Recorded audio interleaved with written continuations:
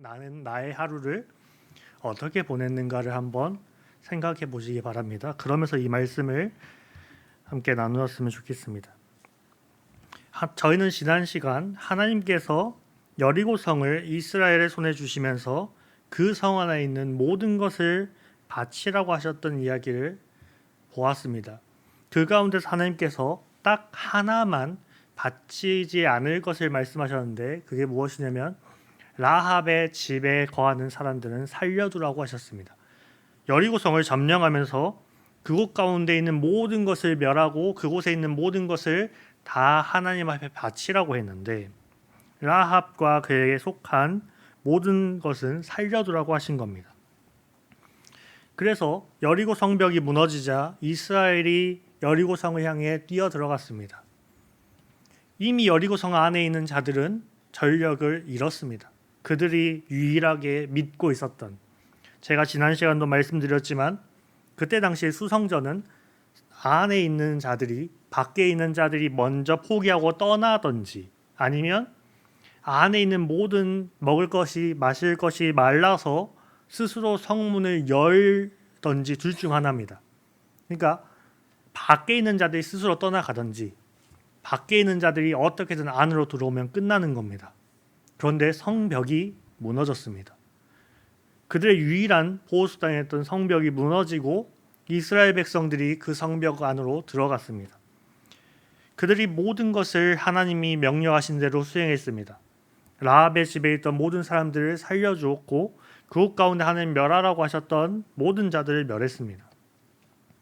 그런데 저희가 여호수아 이 본문에 와서 잘 알다시피 어떤 일이 벌어지냐면 이스라엘 자손 중 한 사람인 아간이 외투 한 벌과 은 200세겔과 금덩이 500세겔을 숨겨서 자기 장막 안으로 가지고 왔습니다. 참 많은 양입니다.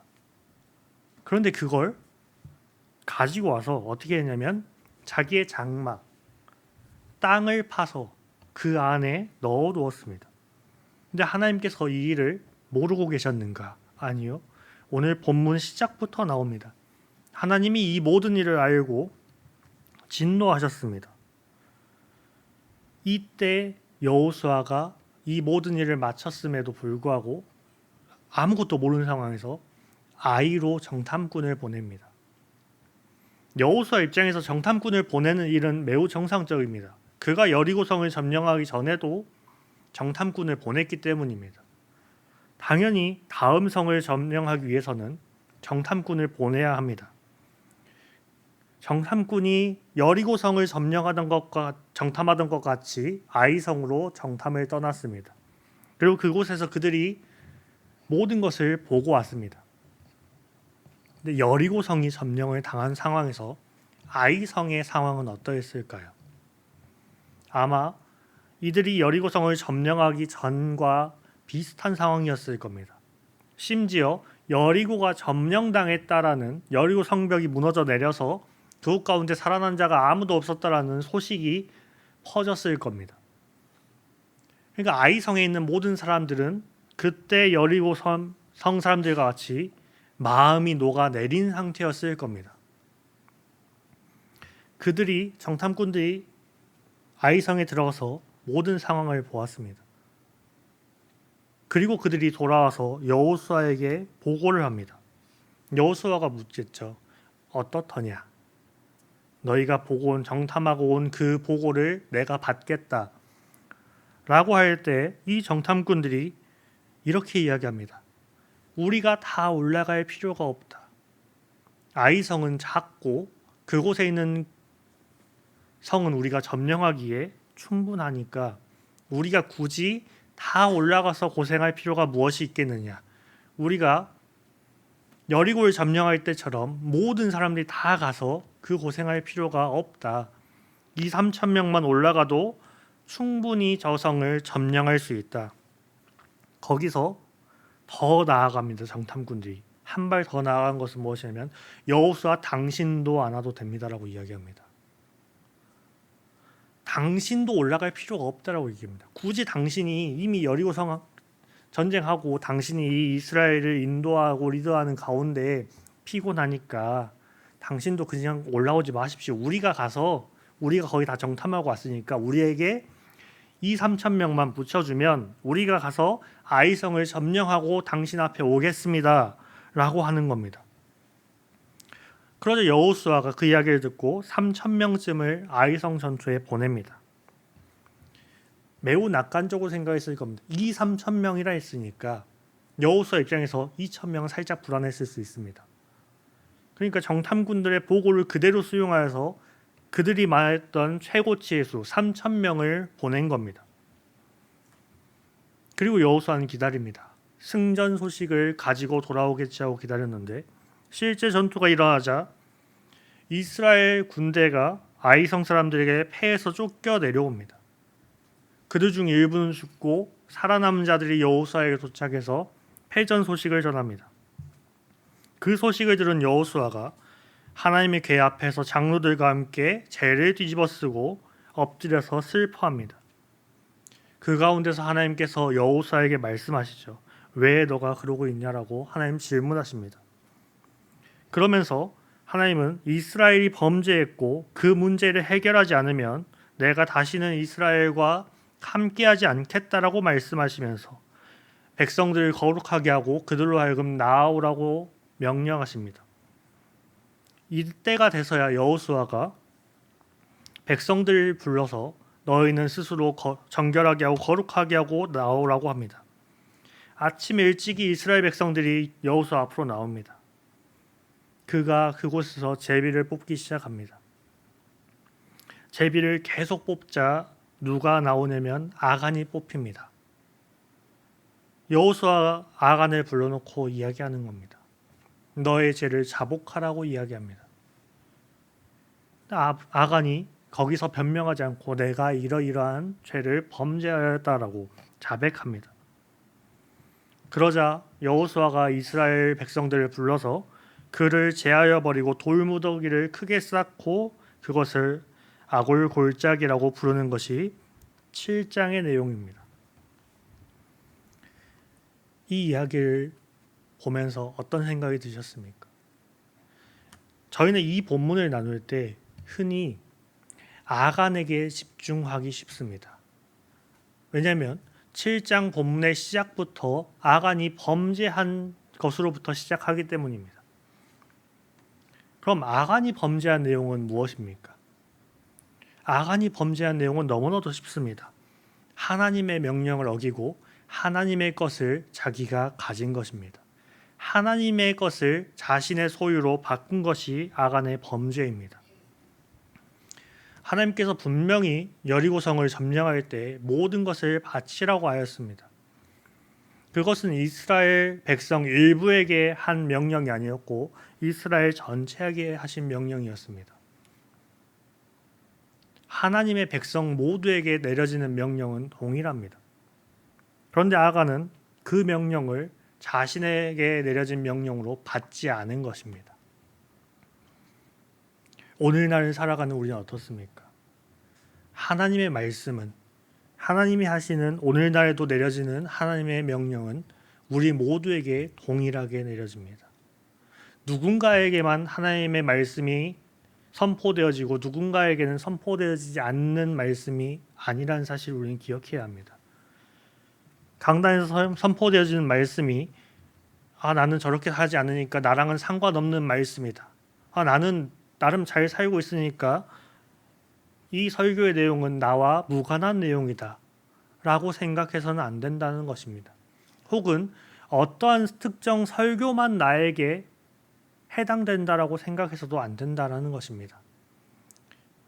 제가 이 내용을 말씀드릴 수 있는 이유는 이겁니다. 제가 카페를 하면서 엄청난 시험 가운데 있었습니다. 그러니까 뭘 선택하냐면 시험과 관련된 설교만 주구장창 듣는 겁니다. 다른 설교는 듣지 않습니다. 내 삶이 힘들고 어려우니까 내가 왜 이러한 가운데 놓여졌는가에 대한 설교만 유튜브에 찾아서 계속 듣습니다. 그럼 어떻게 되냐면 내가 왜 시험을 받고 있는지에 대한 그거는 파악할 수 있습니다. 그런데 뭐가 문제가 됩니까? 하나님이 그 가운데 내 인생을 축복하신 내용에 대해서는 전혀 듣지 않습니다. 내가 보기에 내 삶이 힘들고 어려우니까 나에게 어려움이 오는 이유나 내가 지금 어려움을 겪고 있는 거에 대해서 내가 잘못한 내용들을 찾는 데는 빠릅니다.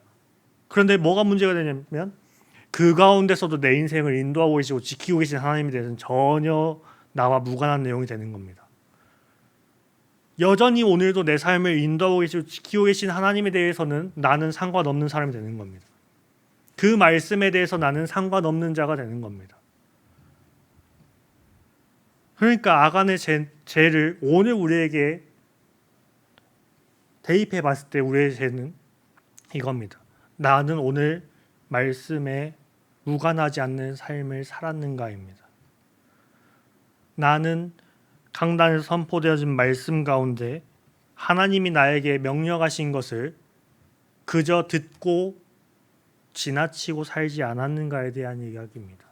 그것이 아간의 죄고 그것이 오늘날 우리가 아간을 무조건적으로 비난할 수 없는 이유입니다. 우리 또한 아간과 같다라는 이야기입니다. 우리가 아간과 전혀 다르지 않다는 이야기입니다.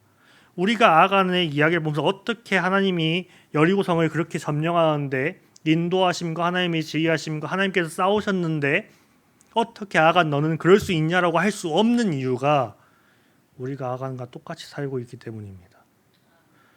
그런데 우리는 그거에 생각하지 않습니다. 이 일이 전혀 아간의 것이라고만 생각합니다. 왜요? 나는 하나님의 것을 뺏지 않았으니까. 내가 하나님께 바쳐질 것을 뺏은 기억이 없으니까 나는 그렇지 않았다. 아간과 나는 전혀 별개의 다른 사람이라고 생각합니다. 그런데 그 가운데서 우리는 생각해 봐야 합니다. 하나님의 것을 내가 정말 뺏지 않았는가? 내 인생은 하나님의 것이 아니고 내 것인가에 대한 생각을 해봐야 됩니다. 제가 서두에 말씀드렸습니다. 오늘 하루를 어떻게 사셨습니까? 라고 여쭈어 보았습니다. 오늘 하루 하나님의 소유된 백성으로 살아냈는가에 대한 질문을 해봐야 합니다. 나의 삶이 나의 것인지 하나님의 것인지 생각해 보아야 합니다. 우리가 우리의 입술로는 나의 인생은 하나님의 것입니다. 나의 삶의 주인은 하나님이십니다라고 하는데 실상 나의 삶은 내 맘대로 살지 않았는지, 내 원하는 내 소욕대로 살지 않았는지 돌아보아야 합니다. 그것이 아간이 하나님께 바쳐질 물건을 자기의 장막에 숨겨놓은 것과 전혀 다르지 않다라는 사실입니다. 내 삶에 하나님이 명령하신 것들을 어기고 하나님께 바쳐진 나의 삶을 내 맘대로 사는 것, 그것이 오늘날 아간의 죄입니다. 그러면 이렇게 말씀하실 수도 있습니다. 하나님께 바쳐진 자들은 목회자들이죠. 교역자들이죠. 라고 하실 수 있습니다. 물론 저희는 하나님 앞에 인생을 걸기로 하나님 앞에 서원한 자들입니다. 그런데 성경이 그렇게 말하고 있는가입니다. 성경이 성도를 향하여서 무엇이라고 말하고 있는가를 살펴보아야 한다는 것입니다. 우리는 하나님께 바쳐진 자들입니다. 우리는 하나님을 내 삶의 주인으로 모시는 자입니다. 그러니까 이 내용은 단순히 목회자나 교역자나 어떠한 교회에서 어떠한 일을 맡아서 일을 하고 있는 직원들에게만 속한 내용이 아니라는 이야기입니다. 선교 단체에 있는 그 사역자들만의 일이 아니라는 것입니다. 이것은 우리 모두의 이야기입니다. 그래서 우리는 돌아보아야 합니다. 그렇게 내가 아간을 비판하고 비난하고 어떻게 하나님이 베푸신 은혜에 그렇게 갚을 수 있냐라고 하는 그 질문을 나에게 던져봐야 한다는 것입니다. 그래서 내가 하나님으로부터 뺏고 있는 것은 없는지 돌이켜 회개하고 다시 한번 하나님 앞에 나아가야 한다는 것입니다. 자, 그럼 아간의 죄는 이렇게 해서 이야기가 됐습니다. 그런데 우리가 한 가지 더 살펴볼 것이 있습니다. 하나님께서 여호수아를 부르실 때 무엇이라고 말씀하셨는가입니다. 오늘 10절에 여호와께서 여호수아에게 이르시되 일어나라 어찌하여 이렇게 엎드렸느냐라고 하셨습니다. 근데 그 다음이 나오는 단어가 무엇인지 살펴보셔야 합니다. 11절입니다. 이스라엘이 범죄하여 라고 기록되어 있습니다. 분명 오늘 시작에 이스라엘 자손들이 온전히 바친 물건으로 말미암아 범죄하였으니 하면서 누가 나오냐면 아간이 나옵니다.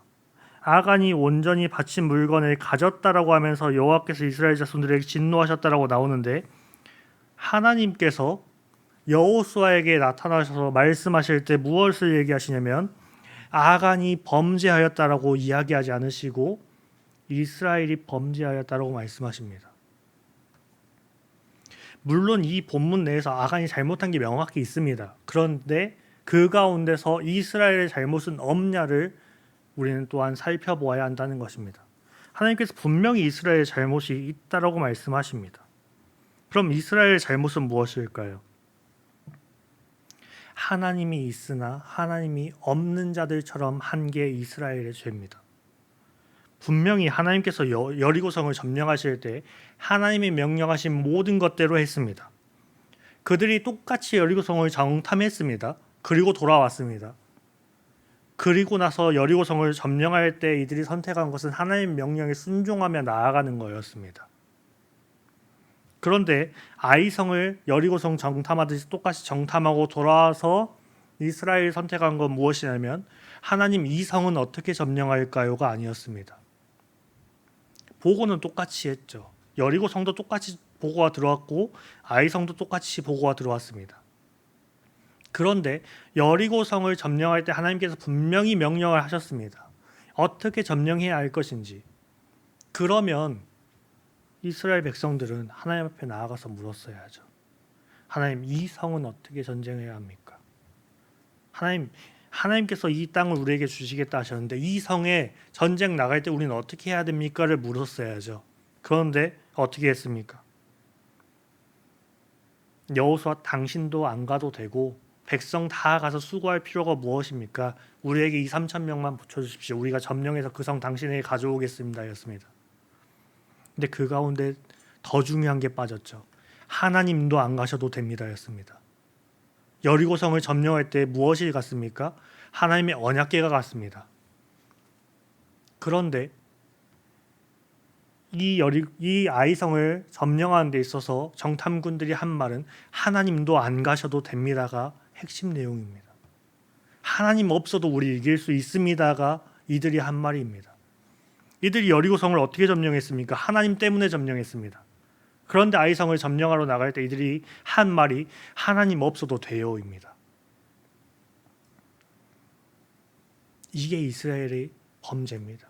하나님이 있으나 하나님 없는 자들처럼 한 거.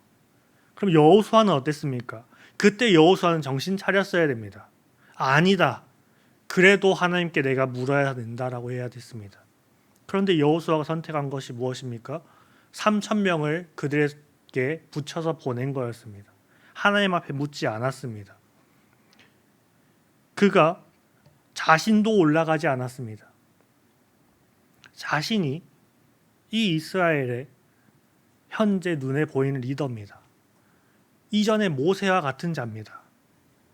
모세가 단 한 번도 그들에게서 떠난 적이 없고 그들을 가는 길 가장 앞에서 갔던 사람이 모세입니다.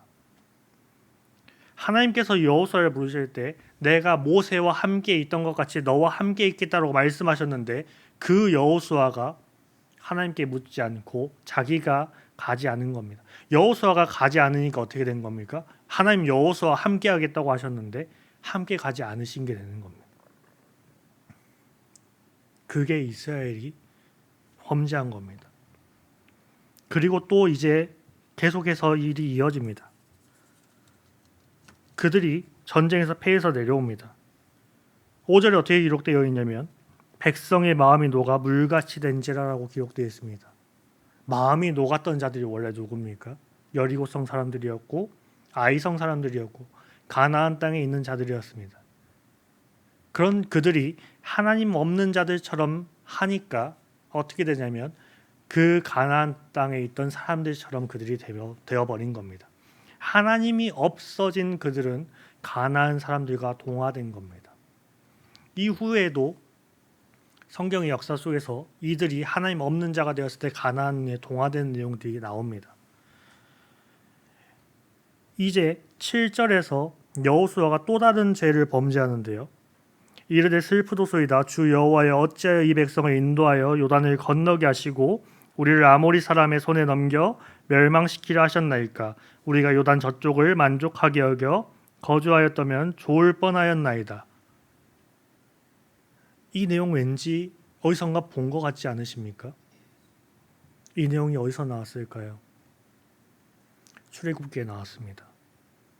당신이 왜 우리를 이곳에 인도하여서 우리를 여기서 죽이려 하느냐? 우리가 차라리 애굽의 고기가마에서 있었으면 그곳에서 그냥 살다가 죽었으면 나았을 뻔하였는데 왜 모세 당신은 우리를 이곳에 데려와서 이 광야에서 우리를 다 죽이려 하느냐 하는 내용과 비슷합니다. 왜 하나님 우리를 이곳으로 데리고 오셨습니까를 그제서야 묻습니다. 사실 사고는 누가 쳤나요? 이스라엘이 쳤습니다. 하나님 말씀대로 안 한 건 이스라엘입니다. 그런데 이제 와서 하나님 앞에 책임을 묻습니다. 하나님 앞에 하나님 우리 왜 여기 왔습니까? 우리 차라리 요단강 안 건너고 동편에서 취한 그 땅을 12지파가 나눠서 살았으면 차라리 나았을 텐데 우리 왜 여기로 와야만 했습니까? 라고 하는 겁니다. 그런데 우리의 삶을 돌아보아야 합니다. 우리 마음대로 아까 아간이 한 것처럼 내 삶의 주인은 하나님이라고 해놓고 내 마음대로 살아놓고 뭘 하냐면 하나님 내 인생 왜 이렇게 됐습니까? 하나님 도대체 내 삶에 놓여진 이 상황은 왜 온 겁니까? 를 그제서야 하나님 앞에 묻습니다. 하나님 내가 이러지 않았으면 좋을 뻔했어요. 그걸 우리는 너무나도 당당하게 묻는다는 겁니다. 제가 오늘 누군가랑 대화를 하다가 내가 과거로 돌릴 수 있으면 시간을 과거로 돌릴 수 있으면 내가 카페를 오픈하기 전으로 돌리고 싶다라고 얘기를 했습니다. 근데 상대방이 무슨 얘기를 했냐면 안 되는 거 뻔히 알면서 그거 얘기하냐고 했습니다. 제가 왜 그런 얘기를 꺼냈을까요? 내가 그 전으로만 돌아갈 수 있으면 차라리 그게 아니었으면 이라고 하는 겁니다. 그런데 거기에도 죄성이 있죠. 왜요? 하나님의 인도하심을 신뢰하지 못한다는 내용이 있는 겁니다. 그 고난을 거쳐와서 해야만 하는 하나님의 일들이 있음에도 불구하고 그 가운데서 하나님의 인도하심이 있고 지키고 보호하심이 있음에도 불구하고 내가 그 전으로 돌아가고 싶다. 내가 요단강을 건너기 전으로 가고 싶다. 를 하는 겁니다. 그것이 이스라엘이 범죄한 내용입니다. 어떠십니까? 오늘 살아가는 우리가 아간이나 이스라엘이 범죄한 내용을 동일하게 하고 있다는 생각을 들지 않으십니까? 저는 그 생각이 듭니다. 제가 저는 아간의 범죄를 전혀 범죄하지 않았고 이스라엘 죄를 지었던 거 전혀 하지 않으니까 찔리십시오를 하는 게 아니라 제가 이 본문을 보면서 내가 아간 같은 자구나. 내가 이스라엘 중에 한 사람과 같은 자구나. 라는 생각이 너무나 많이 들었습니다. 너무나 많이 찔렸습니다. 내가 어떻게 예전에는 이 본문을 보면서 아간한테 이 아이 멍청한 녀석아 어떻게 너가 하나님 앞에 그럴 수 있냐라고 했을까? 어떻게 이스라엘은 하나님 앞에 이렇게 할 수 있는가? 여기까지 온 게 하나님 은혜인데 어떻게 이렇게 할 수 있는가? 에 대한 생각을 했었는데 내가 정말 과거에 정죄하기 바빴구나. 내가 정말 무지했구나. 내가 정말 하나님의 말씀을 몰랐구나. 이 말씀은 사실 나에게 하신 이야기인데 내가 아간의 이야기고 이스라엘만의 이야기라고 치부하고 살았구나. 이 말씀을 하나님이 우리에게 주신 이유를 찾아야 합니다. 확인하시고 점검하셔야 됩니다. 그리고 똑같이 마음에 찔림이 있으시다면 돌이키셔야 합니다. 오늘 이 본문에서 이스라엘이 하나님과 화해하는 방법이 나왔습니다. 그것이 무엇입니까? 아간을 그들 가운데서 제하여 버리고 죽이는 거였습니다. 아간이 피를 흘려 죽는 것이었습니다. 그걸로 하나님 앞에 화해하였습니다. 그럼 우리는 어떻게 해야 될까요? 누군가 죽었습니다. 구약에서. 그런데 우리에게 주어진 건 무엇입니까? 이 구약의 시대 때 이들의 범죄로 말미암아 아간이 피 흘려 죽었습니다. 그럼 우리는 알고 있는 내용이 있죠. 우리의 죄 때문에 누가 피 흘려 죽으셨는가? 누가 하나님과의 화해의 길을 내셨는가? 우리는 그 부분으로 들어가야 합니다. 나의 죄 때문에 예수 그리스도께서 피 흘려 죽으셨습니다. 그가 죽으심은 육적인 죽으심뿐만 아니라 하나님과의 관계의 단절을 이야기합니다.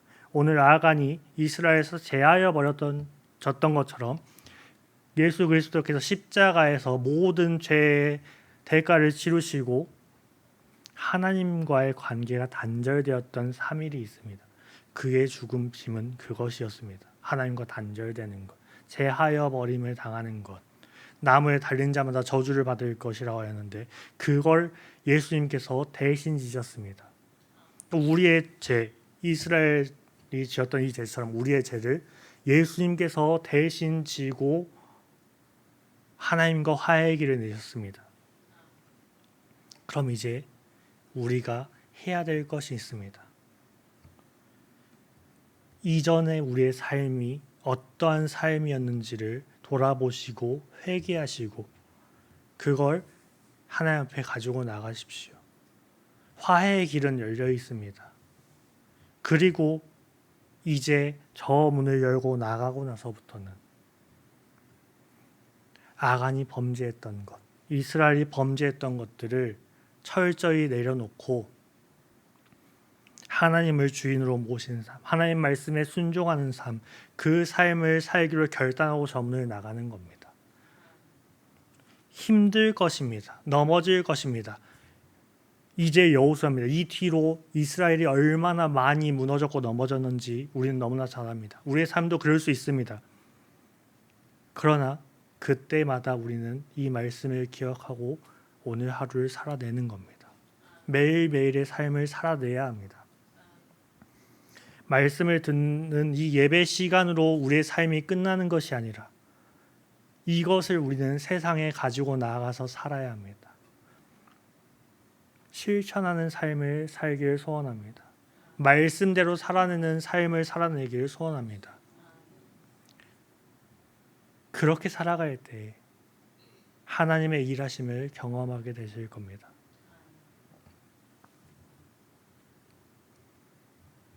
우리는 이제 하나님 앞에 모든 것을 내려놓고 다시 한번 내가 하나님을 주인으로 모시는 삶을 살겠다라고 고백하는 자들이 되었습니다. 우리는 이제 다시는 하나님이 있으나 없는 자처럼 살아서는 안 될 것입니다. 우리에게 주어진 일주일의 시간, 매일의 삶이 이것을 행하는 삶이어야 합니다. 세상 사람들이 보기에 하나님이 있으나 없는 자들처럼 살지 마시고 그들이 보기에 하나님이 드러나는 삶을 살아내시는 우리 모두가 되기를 소원합니다. 그 삶을 살아내어서 하나님께 칭찬받고 하나님 기뻐하시는 삶을 살아내시는 우리 목포 동문교회 모든 성도님들 되시길 소원합니다.